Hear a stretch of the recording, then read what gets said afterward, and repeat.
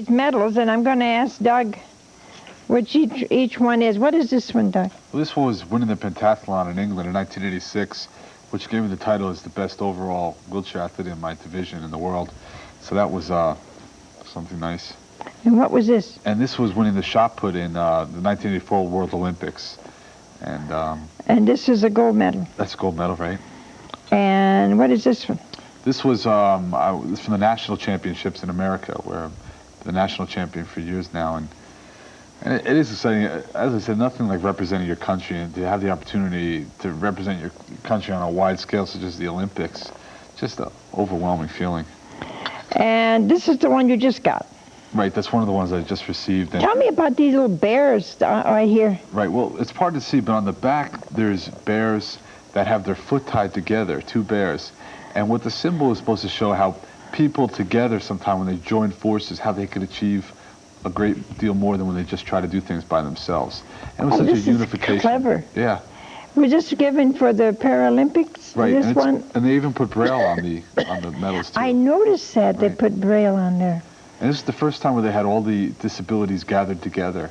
And it was, as I said, to see that human courage and to see people that didn't give up on life. And you know what I found amazing? I was with 4,000 disabled athletes, and I mean, some athletes were so disabled, you know, it made me even, I sit in a wheelchair, but it made me even appreciate the things that I have in my life. And I would look at them and just find, no matter where you go, that there is tragedy, but there's that courage that people have. And I never once heard people saying, I want to give up on life, I can't meet the challenge. The only thing I heard people complaining about was, I wish I threw the shot put further, the javelin further. You know, that loss of life or that loss of hope wasn't there. You know, just the pride and excitement. Well, who started you in Paralympics? I mean, did you just think of doing this yourself, or what happened that made you want to do this? Well, you know, I think for what happened to me was, as long as I kept that focus on myself, saying life is painful, it's not fair, I was unhappy. Then when I started changing the focus off of myself and around all the people around, you know, looking at people worse off, and I found sports to be something that I missed, and it was competitive, and I heard about wheelchair sports, and at first I thought it would be, I guess the term's gimpy, where everybody would have blankets on their laps being pushed by their mothers, and everyone would be drooling, but I found it to be very highly competitive, and I enjoyed doing it, and it was a good outlet for me to try to be the best I could be, even though I'm sitting in a wheelchair, and that's really all you could ask for. Yeah. You know, it's trying to come in third place as opposed to fourth place. You know, it's little things, but it's taking that journey and trying to be happy. And I'll tell you, when I received one of the gold medals, I was up on the platform, and I was so happy, and I'm representing America, and I won the gold medal, best in the world. And they said, Doug, do you need help going down the ramp? And when you become the gold medalist, you know, you become very proud.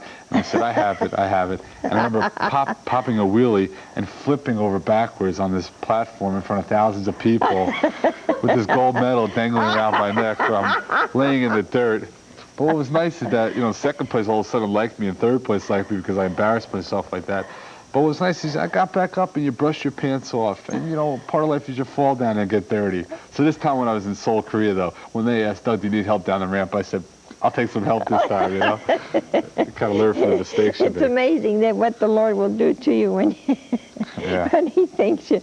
Well, you think a lot about what to say to God about your life when you get to heaven. Yes. You know, there was one time in my life that I thought I wanted to give up on life. I felt I wasn't important anymore. I didn't count. I'm handicapped now. I'm a burden to my family. I can't be productive. Why bother living? And that pain, it was just amazing how despondent you could be in your life. And I pictured committing suicide, going up to heaven, and being at the gates of heaven, and being asked, Doug, what are you doing here? It's earlier, you know, you're not supposed to be here. And I would say that I had a challenge. I became a quadriplegic, and I didn't want to accept it. And then I pictured going on a tour and seeing people in Ethiopia starving, and other people with no home or no love in their life or no faith. And these people that are trying to live, I mean, what excuse did I have but not to try in life? And I feel now, when I have the opportunity to see God, I can say that I have tried. I've tried to live my life, and I've tried to maybe have the opportunity of touching another person's life and to be a friend to someone. And I think it's important maybe to tell your viewing audience, if they see someone with a disability, to reach out and let that person know that you admire them for their strength and courage, and to be a friend to that person, as well as, you know, someone that maybe they could have a shoulder to cry on, because life can be painful, but it takes one another to sometimes show the direction and to show that there is hope and there is a lot to live for, even when you think... Well, what do you say to these people in hospitals, maybe who just had an accident? Yeah. Or what do you say to them? Well, just today with Health South, we were over at the different facilities, and they were there, and they look at you, please tell me my life is going to be happy again. And I do tell them that life is going to be happy again, but I try to be realistic and tell them, you know, what can you do now to make your life better? Because everybody doesn't, no one wants to lose sight that there's hope ahead.